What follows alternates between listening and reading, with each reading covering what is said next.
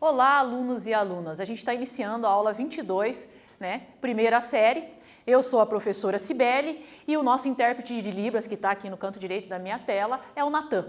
Então a gente vai dar início hoje à nossa aula, para entender a crise da República Romana. Então vamos ver os objetivos da aula de hoje.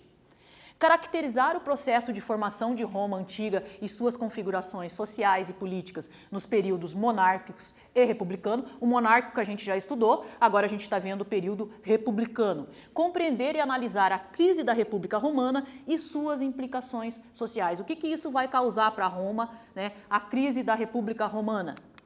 Você sabia que na República Romana a gente teve o predomínio de um grupo social sobre os demais, que são os patrícios? Eu sempre falo dos patrícios, da importância desse grupo, porque ele é a elite romana. Então ele tenta não só dominar a questão política, mas também a sociedade romana, dominar principalmente os plebeus. Então a gente sempre vai ter essa rivalidade entre patrícios e plebeus.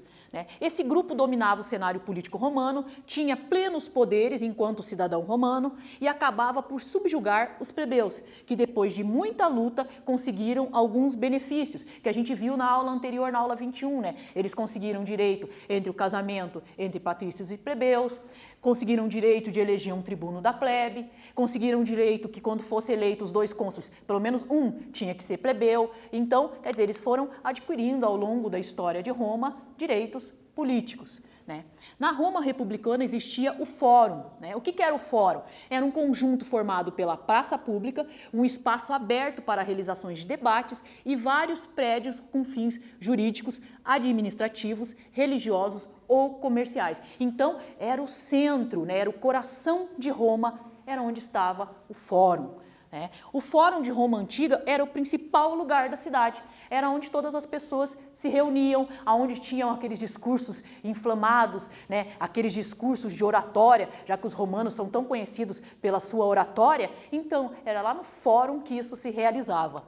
Aqui a gente tem a imagem, uma fotografia do Stefan Bauer, de 2005, que mostram as ruínas de onde seria o Fórum na Roma Antiga. Então aqui a gente pode ver esse espaço e pode ver a grandiosidade dele. Mesmo sendo ruínas, você já tem uma ideia de como era na época. Aqui a gente tem um panorama do Fórum, que é essa região aqui, Toda essa região era o coração de Roma Antiga. E aqui a gente tem um mapa que mostra a expansão romana. A gente viu na aula anterior, que Roma teve que expandir principalmente porque acabou a escravidão por dívida entre os plebeus. Então os plebeus não podiam mais ser escravizados por dívidas junto aos patrícios. Então os romanos precisavam de escravos. E aonde eles iam arrumar esses escravos? Na expansão territorial, já que eles tornavam os seus inimigos escravos. Então eles venciam um povo e aquele povo se tornava escravo dos romanos. É assim que eles mantinham o modo de produção escravista. Então aqui a gente tem províncias romanas na véspera do assassinato de Júlio César, que é 44 AC. A gente já vai ver isso. Então aqui a gente tem uma noção de quão grande era Roma. Tudo isso aqui é Roma republicana. Então vocês têm uma noção. Aqui a gente tem o mar Mediterrâneo, aqui a gente tem o mar Egeu. Então aí vocês têm uma ideia, E as cidades, Jerusalém, que já está no Oriente Médio, Atenas na Grécia, Roma na Itália, Cartago, norte da África. Que a gente viu lá as guerras púnicas, conflitos entre romanos e cartagineses, aqui está Cartago, Relembrando, agora a gente vai falar um pouquinho das guerras púnicas, porque eu não sei se você lembra, na aula 21 eu falei das guerras púnicas, mas falei de uma maneira muito genérica, então agora eu vou dar uma explanadinha melhor para que você possa relembrar o que foram as guerras púnicas. Após as guerras púnicas, que foi conflitos entre romanos e cartagineses, que foram 3 guerras, 3 conflitos, de 264 AC a 146 AC. A vitória coube aos romanos, que ao término do conflito destruíram a cidade de Cartago, escravizaram seus sobreviventes e transformaram o território cartaginês em província romana. Começa o sistema de província. Então, Roma vencia uma população ou um povo, anexava ao seu território e tornava aquela região província romana. Então Roma era formada por várias províncias. Tá? Então aqui eu coloquei uma explicação, ali, um verbete para vocês, né, do que é província. Território conquistado fora da Península Itálica e que devia pagar impostos a Roma. Né? Roma também sobrevivia da cobrança de impostos. E esses impostos eram cobrados sobre os povos vencidos. Então a província era obrigada a mandar um montante, né, mensalmente, trimestralmente, bimestralmente, para Roma. Tá? Fora isso, ainda tinha parte da sua população escravizada pelos romanos. Então, é claro que os povos vencidos nutriam um grande ódio por Roma. Tá? Os romanos finalmente irão dominar o mar Mediterrâneo. Então, a vitória dos romanos sobre os cartagineses faz o domínio dos romanos no chamado Mare Nostrum, né? Que é o mar nosso mar. Roma é dona do mar Mediterrâneo. E sendo dona do mar Mediterrâneo, ela faz a ligação, né? Península Ibérica, Península Itálica, Norte da África, Ásia. Então, assim, Roma domina tudo. Né? E aqui a gente pode ver bem nesse mapa aqui o mar Mediterrâneo, né? Mar Adriático. Então, a gente vai ver aqui esse domínio de Roma. Então, aqui está Roma, né? Aqui está Cartago. Aqui a gente tem a Península Ibérica e os pontos em verde eram as áreas que pertenciam aos cartagineses e que serão conquistadas, né, pelos romanos. E a partir desse momento, né, Roma tem um tráfego marítimo muito maior. Então, assim, ela pode ir para muitas outras regiões e dominar e fazer a troca comercial, levar e trazer produtos, né? A gente tem que pensar que Roma não era uma grande produtora de alimentos, então ela tinha que buscar os cereais que mantinham a nutrição do seu exército fora, né? A gente vai ver posteriormente o contato deles com os egípcios. Né? Por quê? Porque eles precisavam de cereal. O Egito Antigo é um dos maiores produtores de cereais do mundo antigo. Então, a gente vai ver também isso aí. Então, a gente entende melhor o porquê de conquistar o Mare Nostrum. Né? Então, aqui a gente tem atividade 1. Atividade 1 são duas questões que vocês vão responder de acordo com o que a gente viu até agora na aula. E a gente já volta com a correção.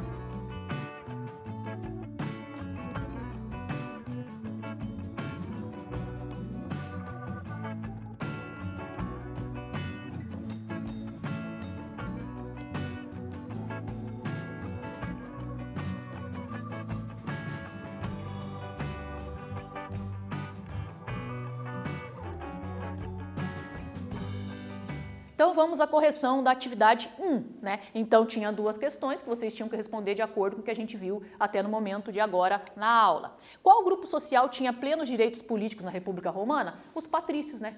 Desde que a gente entrou no estudo de Roma, a gente vem falando dos patrícios, Então vocês sabem que eles são a elite romana, né? O que significou as guerras púnicas para os romanos, né? Ou para Roma? O domínio do mar Mediterrâneo, né? Que daí eles passam a denominar Mare Nostrum, né? Nosso mar. Quer dizer, é só dos romanos. Ninguém mais tem direito de navegar. E se quiser navegar no mar Mediterrâneo, tem que pagar impostos para Roma. Então Roma cada vez mais vai se tornando, né, a toda poderosa ali do mundo antigo. As conquistas romanas. Então a gente está vendo que Roma está em constante expansão, né? Então a gente vai ter lá o Cipião africano, que é o grande nome das guerras púnicas, né, e da derrota dos cartagineses. A gente vai ver que a partir dele a gente vai ter um legado militar muito grande em Roma. Então cada vez mais o cônsul, que é o responsável pela guerra, ganha poder dentro de Roma. Tá? Os romanos se dirigiam para o leste, onde dominaram a Macedônia, a Grécia, parte da Ásia Menor, dando uma sequência ao expansionismo territorial. Conquistaram a Gália, né, que foi um dos grandes legados deixado por Júlio César aos romanos, foi a conquista da Gália, né, que muito tempo eles tentavam e não conseguiam. Júlio César foi lá e venceu. Né? Ocuparam o Egito e o norte da África. Portanto, em fins do século I a.C., Roma tinha se tornado dona das terras em volta do mar Mediterrâneo, mar que os romanos passaram a denominar de Mare Nostrum, né? Nosso mar. Então, Roma cada vez mais fazendo a sua expansão. Aqui a gente tem um mapa, né, que mostra bem isso, né? Então, a gente tem aqui o Mar Egeu, e aqui o Mar Jônico, Mar Adriático, e aqui estaria, que não está aparecendo para vocês, mas seria o Mar Mediterrâneo. Então, ela dominou tudo isso aqui. Tá? Por isso que ela começou a denominar de Mare Nostrum, né? É nosso domínio. Então, aqui quem manda são os romanos. E assim eles podiam atravessar mercadorias, trazer mercadorias, levar e trazer escravos, né? Cada vez mais fazer o expansionismo. As conquistas romanas, né? Os territórios conquistados por Roma foram transformados em províncias, que eu falei para vocês, né? A partir de Cartago, que se torna província romana, começou-se a anexar outros territórios e tornar esses territórios província, né? O denário é a moeda de prata romana, se tornou circulante em toda a Itália e nas suas províncias. Então, nesse período, eles tinham uma moeda que circulava, né? É só você imaginar, igual hoje a gente tem o nosso real, eles tinham o denário, circulava em todas as províncias romanas e dentro de Roma. As conquistas romanas provocaram uma série de profundas mudanças em Roma antiga, e a gente vai ver quais foram essas mudanças, né, que ocorreram em Roma antiga. Então a gente vai ter o enriquecimento do Estado romano, terras, minas, rebanhos, dinheiros de impostos e outros bens obtidos das províncias romanas. Né? Ascensão dos cavaleiros, novo grupo social formado por homens enriquecidos com o comércio. Daí aqui tem um verbete também explicando o que é cavaleiros para vocês. Né? Cavaleiros, o nome deriva do fato de pertencerem à cavalaria. Somente os ricos podiam ser cavaleiros, porque a cavalaria exigia um armamento que era extremamente caro. Então quem tinha dinheiro para comprar esse armamento caro? Só os ricos. Então a cavalaria era formada por homens ricos. A gente vai ter ainda aumento considerável do escravismo. Então, se os plebeus não são mais escravos, a gente tem que buscar mão de obra, a gente tem que buscar mais escravos. Aonde que a gente busca? Dentro das nossas províncias. Tá?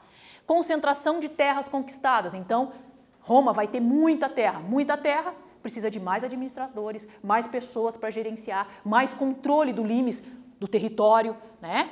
Roma se tornou uma cidade cosmopolita, isto é, passou a reunir indivíduos de diferentes povos e culturas. Então, dentro de Roma, você encontrava pessoas que falavam as mais diversas línguas e eram das mais diversas etnias e culturas. Tá? Então, todos os povos se reuniam, não tem aquela frase, todos os caminhos levam a Roma? Pois é, todo mundo chega a Roma. Tá? Escravismo romano. Vamos entender um pouquinho melhor como é que era o escravismo dentro de Roma. Né? As terras e os escravos aprisionados nas guerras originaram na Itália grandes propriedades escravistas, voltadas para a produção de vinho e azeite de oliva. A gente tem que pensar que o terreno da Itália é extremamente acidentado, então ele não é muito propício para plantio de café, açúcar, algodão, coisas que a gente encontra aqui na América. Tá? Então lá tem muitos vinhedos, né? Muitos parreirais de oliveira, então é isso que se tem lá. tá? Então, eram para ser vendidos nas províncias. Os escravos constituíam a maioria dos trabalhadores, mas haviam também um número considerável de homens livres, geralmente dependentes. Então, a base da produção econômica de Roma era vinho e azeite de oliva, tá? Então, era isso que eles produziam. Então, eles não tinham outros tipos de produto. Então, o cereal que fazia lá, né, arroz, trigo, essas coisas, eles tinham que buscar em outros lugares, em outras províncias. Por isso que era tão importante a expansão territorial e o domínio desses povos através da anexação no território romano, através das províncias, tá? Então, a gente entende isso melhor. Aqui a gente tem o mosaico, né, que é do século II, que mostra 2 escravos carregando, né, jarras de vinho e o outro de azeite, que são os 2 principais produtos, né, produzidos dentro da agricultura romana. Então, a gente vai ter aqui o espaço, né, com as vestimentas de escravos. Aqui tem um escravo, aqui tem outro escravo. E aqui os senhores que eles estão servindo aí, né, nesse mosaico. Os mosaicos eram bem comuns, não só dentro de templos, né, de órgãos públicos, mas dentro das casas dos próprios romanos. Era muito comum você ter toda a parede envolta em mosaicos. E muitos mosaicos eram também para retratar a família, a vida daquela família, a história daquela família. Então, eles tinham muito disso também. Daí aqui, durante a República, ocorreram 3 grandes revoltas escravas, né? Uma delas foi na Sicília, de 136 a 132 AC e de 104 a 101. A outra foi no sul da Itália, de 73 a 71 AC. E a última e a mais importante da história, que gerou filmes, documentários e um monte de coisa, é a revolta de Espartaco. Né, aquele escravo que lidera um grupo de escravos, né, e faz uma revolta. E esses escravos são quem? São gregos, são cartagineses, né, são de todas as partes. São lá da Península Itálica, são lá de Jerusalém. Esses são os escravos que vão fazer a revolta junto com Espartaco. Agora a gente tem aqui a atividade 2. Essa atividade consiste, né, em você ver aí qual é a sentença correta entre as 4. E a gente já volta.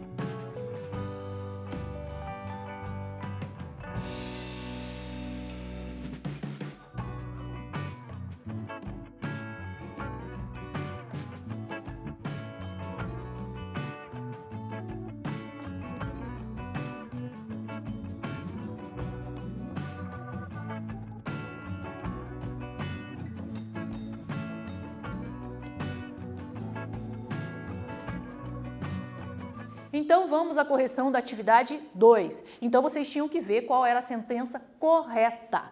E a correta é a letra C. Os escravos constituíam a maioria dos trabalhadores, mas havia também um número considerável de homens livres. Né? Por quê? Porque você também podia alçar a sua liberdade através da prestação de serviço.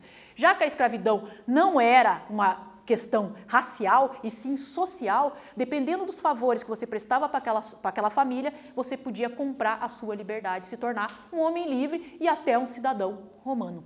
Tá? Então é totalmente diferente da escravidão que a gente conheceu aqui nas Américas. Tá? A questão agrária, né? As reformas dos Gracos, os irmãos Gracos, Tibério e Caio.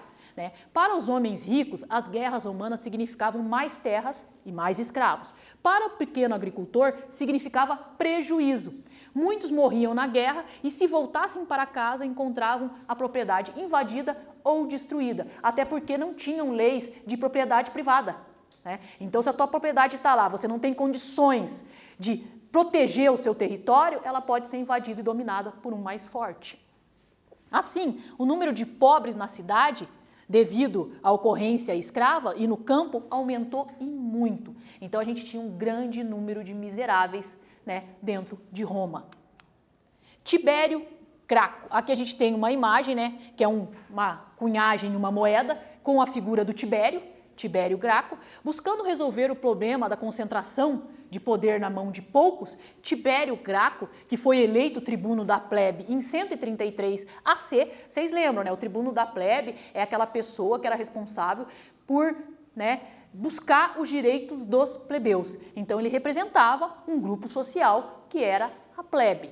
E ele tinha direito de veto, que era importantíssimo. Então ele tinha mais poder até do que outros. Então ele podia dispor ou não desse poder. Né? Então, quais são as reformas que o Tibério vai realizar? Então, ele vai limitar o tamanho da terra que um indivíduo podia assumir. Então, quer dizer, não pode mais um indivíduo ter tanta terra que ele poderia dividir com outras pessoas. Então, ele tem que ter terras menores, que sejam suficientes para ele. Não precisa de tanta terra. Então, é claro que isso vai de encontro ao quê? Aos senadores, que são detentores da maior parte das terras, os patrícios. Né? Distribuía lote de terra entre os cidadãos pobres, então ele fez uma distribuição de terra entre os mais miseráveis. Né?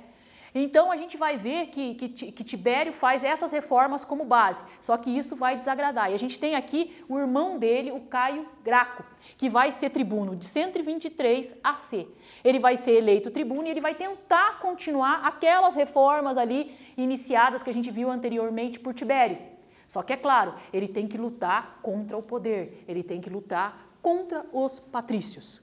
Né? Aprovou duas importantes leis. Uma, que estendia a cidadania romana a alguns povos aliados, né? E a outra, que obrigava o governo a pagar equipamentos dos soldados que iam para a guerra. Porque como é que ia o soldado para a guerra? Ele que tinha que comprar o seu equipamento. Então, se você fosse lutar na guerra, você que tinha que comprar o seu escudo, a sua lança, né? A sua vestimenta. Se você quisesse um cavalo, preço de ouro, né? Então tudo isso daí era montado pelo próprio soldado. A partir desse momento, Caio diz, não, o Estado tem que dar para ele, já que ele vai lutar pelo Estado romano. Né? Então, são leis aí que contrariam a vontade de uma minoria, que são os patrícios. Mas ele acabou morrendo, né, ao entrar em choque com os interesses da elite romana, que são os patrícios. A questão agrária em Roma continuou sem solução. Concentração de terras na mão de poucos e a maioria da população sem terra. Aqui a gente tem uma imagem do Caio Graco, né? Essa representação é quando ele se despede da esposa e do filho, que ele vai lá, né, ele pede para um escravo dele que o assassine, porque ele vai ser morto. E para evitar um assassinato público, ele prefere que uma pessoa de confiança dele o mate, tá? Então, essa é a história do Caio Graco. E aqui, né, a gente vai ter, depois dessa questão agrária, né, cada vez mais o questionamento em cima dos patrícios, a gente vai ter a formação do chamado primeiro triunvirato. Né? Nesse contexto de expansão territorial e conflitos por terra, que a gente acabou de ver, emergem novos comandantes militares, que são homens de armas, né? Homens que querem expandir as fronteiras de Roma. Crasso, um dos homens mais ricos da Itália e vencedor da revolta escrava liberada por Espartaco, né?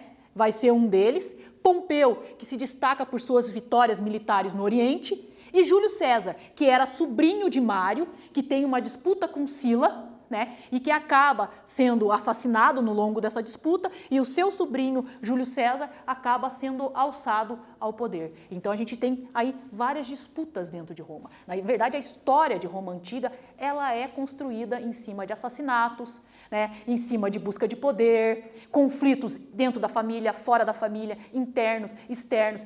É toda envolvida em escândalos, né, a gente poderia dizer assim. E aqui a gente tem, né, um busto ali do Crasso, né, para vocês terem uma noção de mais ou menos como ele seria, né? E Crasso, Pompeu e Júlio César vão formar o primeiro triunvirato.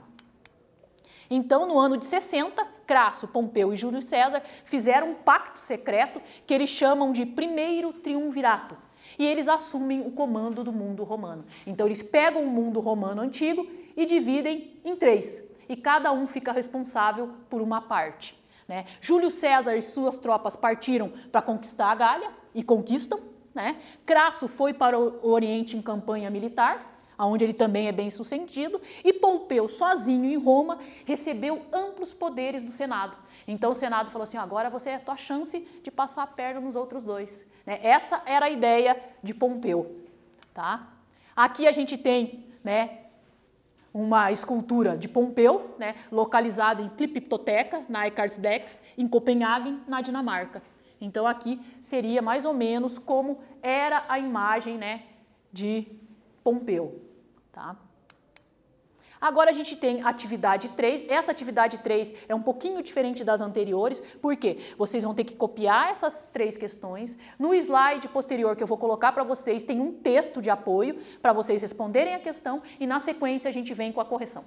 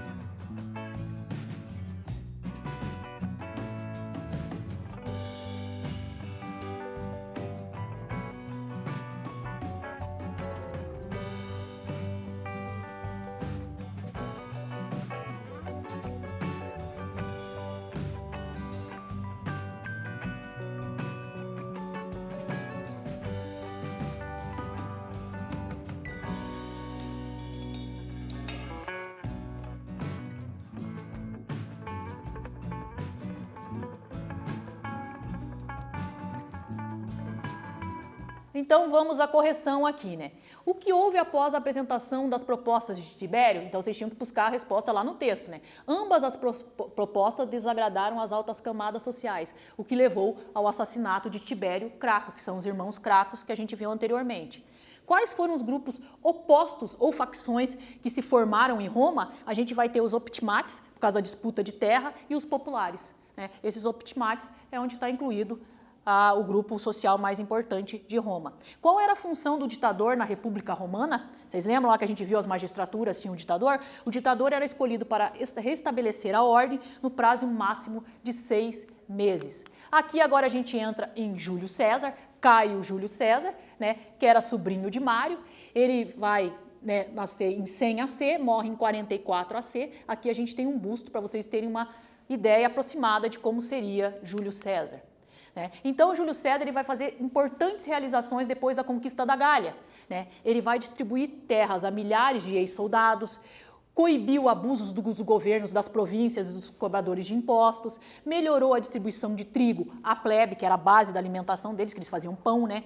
Introduziu o calendário juliano, que dividia o ano em 365 dias, que é o que a gente tem hoje, promoveu a construção de um fórum. Então, o fórum é o lugar onde se reunia a maior parte da população de Roma, era um centro de informação, né, era importante. Aqui a gente tem as campanhas de Júlio César, o mapa que mostra as campanhas de Júlio César na Gália. Então, aqui, todos os movimentos feitos por Júlio César até a sua conquista definitiva da região da Gália, que é um ponto estratégico, né, para eles chegarem até a Península Ibérica.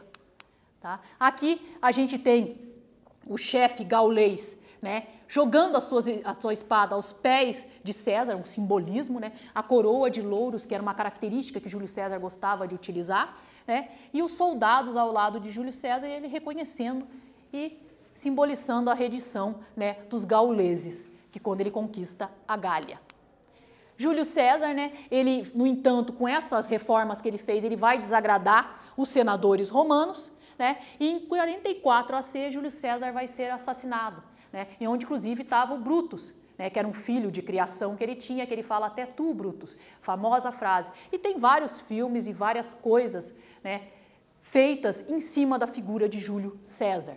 Né. Em segredo, César deixou um testamento e nesse testamento ele dá uma quantia em dinheiro para cada cidadão romano. E isso torna ele ainda mais popular e a perseguição aos seus assassinos começa, né, de uma forma extremamente violenta.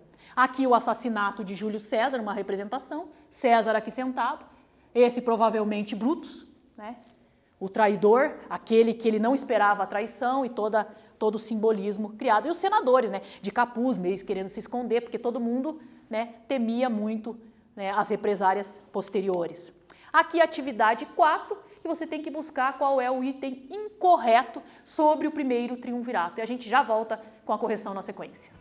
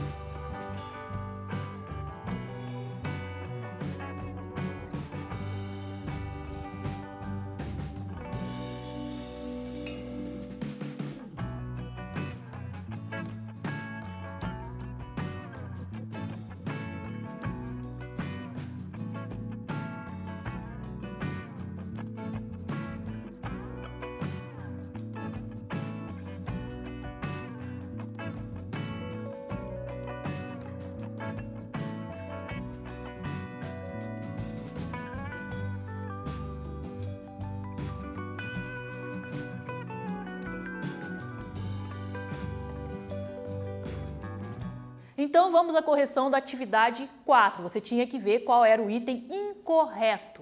Né? E a incorreta é a A. Júlio César não promoveu nenhuma reforma social, não, ele promoveu várias reformas sociais que tornaram ele extremamente popular. A gente chega ao final da nossa aula de hoje, né? O assassinato de César leva ao fim da República Romana. Os senadores não contavam que até mesmo após sua morte, César seria ovacionado, que era uma tradição, ovacionar o grande nome de um grande general. E é claro, o povo vai tomar a frente para fazer essa perseguição aos seus assassinos e exigir de Roma, né, que todos sejam punidos. Na próxima aula a gente vai ver o Império Romano e Otávio Augusto. Aqui tem algumas indicações de leitura para quem quiser aprofundar os conhecimentos e eu aguardo vocês para a próxima aula de História.